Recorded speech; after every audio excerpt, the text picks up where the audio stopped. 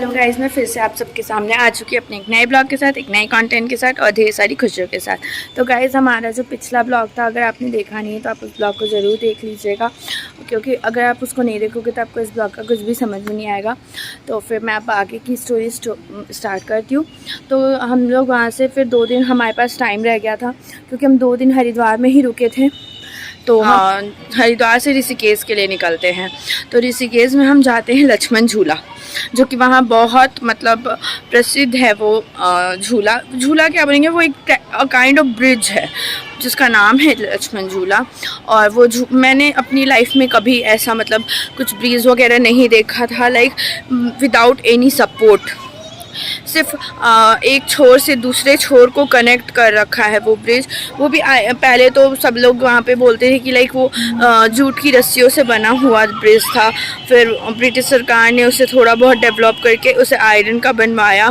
तो वो ब्रिज काफ़ी मतलब अपने आप में मेरे लिए एक बहुत बड़ा तजुर्बा था, क्योंकि मैंने अपनी लाइफ में कभी वैसा ब्रिज नहीं देखा था, लाइक विदाउट एनी बीच में कोई सपोर्ट नहीं है, बस वन एंड से वो दूसरे एंड को कनेक्ट करके रखता है। और लोग उसमें मतलब बेफिक्र होकर चलते भी है।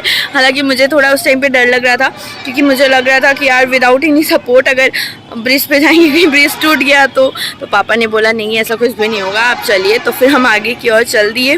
फिर जब हम वहाँ ऋषिकेश के उस झूले को क्रॉस करके नेक्स्ट पॉइंट पे गए थे, तो वहाँ पे कोई गीता भवन है, हाँ शायद गीता भवन ही है। तो वहाँ पे हम गए। वहाँ पे बोलते हैं, लोगों की मान्यता है कि यहाँ पे अगर आप गीता भवन आए हो तो मछली को दाना ज़रूर खिलाएं। तो वहाँ मछली को हमने दाना दिया। वहाँ कुछ रहते हैं बेचने वाले लोग रहते हैं, जो मछली का छोटा छोटा है ना आटे का बॉल्स बना के बेचते हैं, जिनको मछलियों को खिलाया जाता है। तो वो मछली का दाना हमने मछलियों को खिलाया। और वहाँ पे बहुत लोग भी थे, बहुत अच्छा लग रहा था, मतलब बहुत एक गुड वाली फीलिंग आ रही थी कि हाँ मतलब लाइक बहुत अच्छा जगह है, काफ़ी मतलब पहाड़ों से घिरा हुआ, सब तरफ ग्रीनरी और वो बहती गंगा किनारे पे वो बहुत अच्छा लग रहा था। वो दृश्य ऐसा है ना कि मतलब आज भी मेरे आंखों के सामने वो कैप्चर है। मैं उन सभी चीज़ों को तो बेसिकली कभी नहीं भूल सकती हूँ। और उसके बाद फिर हम निकल चुके थे वहाँ से। थोड़ी दूर पे है त्रिवेणी घाट। हम वहाँ से निकले त्रिवेणी घाट की तरफ। त्रिवेणी घाट पे हमने दर्शन किया। 3 नदियाँ वहाँ मिलती हैं, तो जिसके कारण उसको त्रिवेणी घाट का नाम दिया गया है। तो वहाँ पे हम घूमे, काफ़ी अच्छे शंकर भगवान के ऐसे जटा फैले हुए पूरे मतलब स्टैचू था उस टाइम पे। अब है कि नहीं वो तो मुझे नहीं पता। उसमें पूरा एकदम मतलब जटा खोल के थे और बगल में उनके पार्वती जी बैठी हुई थी। और लोगों का ऐसा मानना है, और वहाँ पे हमने सुना भी है कि यहाँ पे शंकर भगवान स्टैचू इसलिए लगाया हुआ है क्योंकि गंगा जी शिव जी के जटा से होके निकली हुई थी। तो वहाँ पे आपको तीनों नदियों का संगम भी देखने को मिलेगा। तो वो भी बहुत अच्छा था मेरे लिए। मेस्मराइजिंग मेमोरीज़ है, वो सब मैं कभी नहीं भूल सकती अपनी लाइफ में। और हालांकि ऋषिकेश अगर आप जा रहे हो तो आप ज़रूर जाओ नीलकंठ धाम। मैं तो नहीं जा पाई थी नीलकंठ धाम, क्योंकि उतना टाइम नहीं था हम लोगों के पास।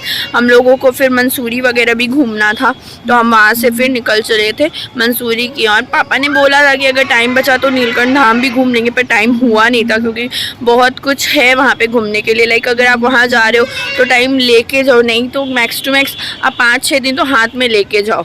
हमने एक लोकल बस, एक्चुअली में हम लोग बस के थ्रू जा रहे थे, तो लोकल बस के थ्रू हम लोग गए थे वाटर पार्क। उसके बाद वो बस हमें मंसूरी की ओर लेके गई थी।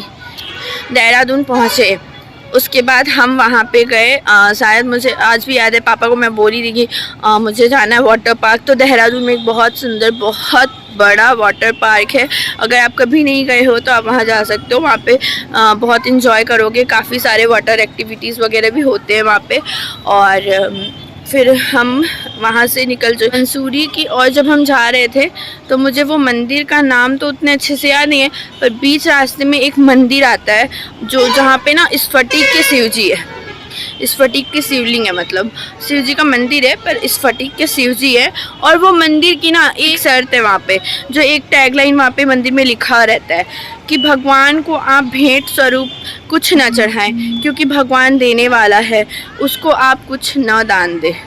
सबको भगवान देना। और वो लाइन ना मतलब लाइक मुझे आज भी याद है, क्योंकि मेरे को ये वो लाइन बहुत मेरे दिल को छू गया था कि लाइक ये रियल बात लिखी हुई है यार, कि भगवान जी तो हमें देने वाले हैं, तो हम उनको क्या ही चढ़ाएंगे, सब कुछ तो उन्हीं से मिला हुआ है हम लोग को।